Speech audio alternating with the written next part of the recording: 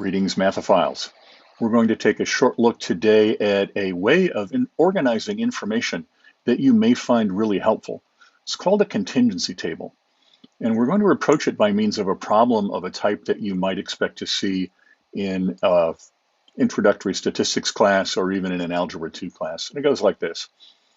Of the 29 students in a statistics class, 19 are juniors and the rest are sophomores. 20 of the students took Algebra 2 the previous year, while the rest took pre-calculus. Of the 20 students who took Algebra 2, 8 are sophomores.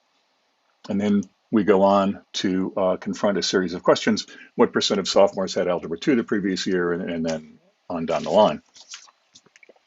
I'm going to suggest to you that an excellent way to organize this is by means of a contingency table. You could answer it without one, but I think you'll agree by the time we're finished that it's going to be the way to go. So we have two dimensions in our information, our data. We have the current grade level of the students in the class, and we have the course they took the previous year. And so I'll organize in one direction the grade levels. So they're either sophomores or juniors.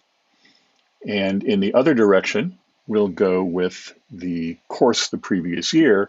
So that was either Algebra 2 or pre-calculus.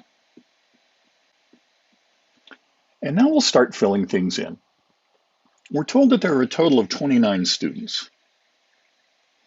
And so we'll put the total sort of down there in the far lower right. And then of those 29 students, 19 are juniors, all right? So 19 are juniors. 20 students took Algebra 2 the previous year. So the total of the sophomores and juniors is 20. And then of those 20 who took Algebra 2, 8 are sophomores. So we can fill in the information that we have in the appropriate cells of our table, and we should have enough to fill in the rest. So if there are 20 Algebra 2 students and 8 were sophomores, then the remaining 12 must have been juniors.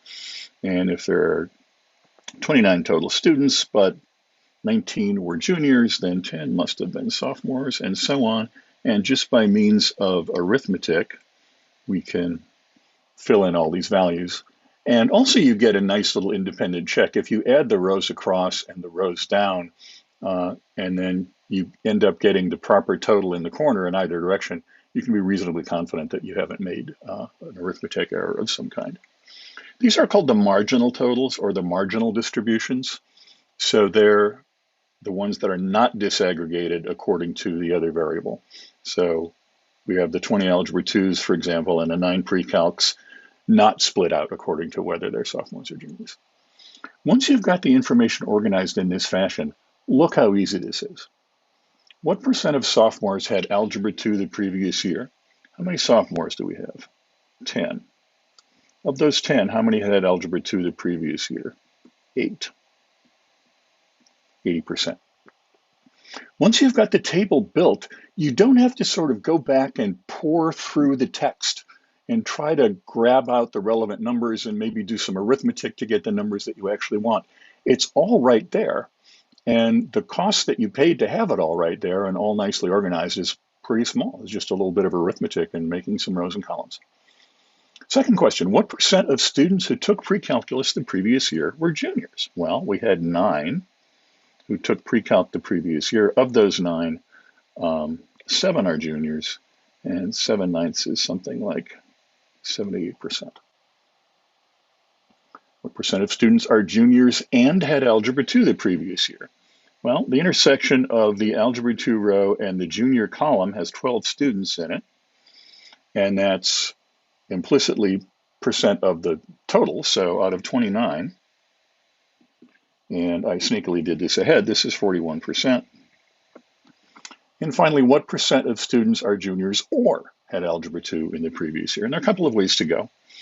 We can add up these 3 cells, right? These are all the cells in which somebody either had Algebra 2 or was a junior. So 8 plus 12 plus 7 feels like 27. That's out of 29, and I cheated on this one too, it's 93%. Or if you know something about addition counting principles, you can take the 19 that are juniors, the 20 that are Algebra 2 students, and you can then add them up and subtract out the 12 junior Algebra 2 students because they had been counted twice. And of course, you only want to count everybody once. That's it. It's just that easy. It's just that helpful. I really encourage you to use these in situations where they are appropriate. Happy mathing.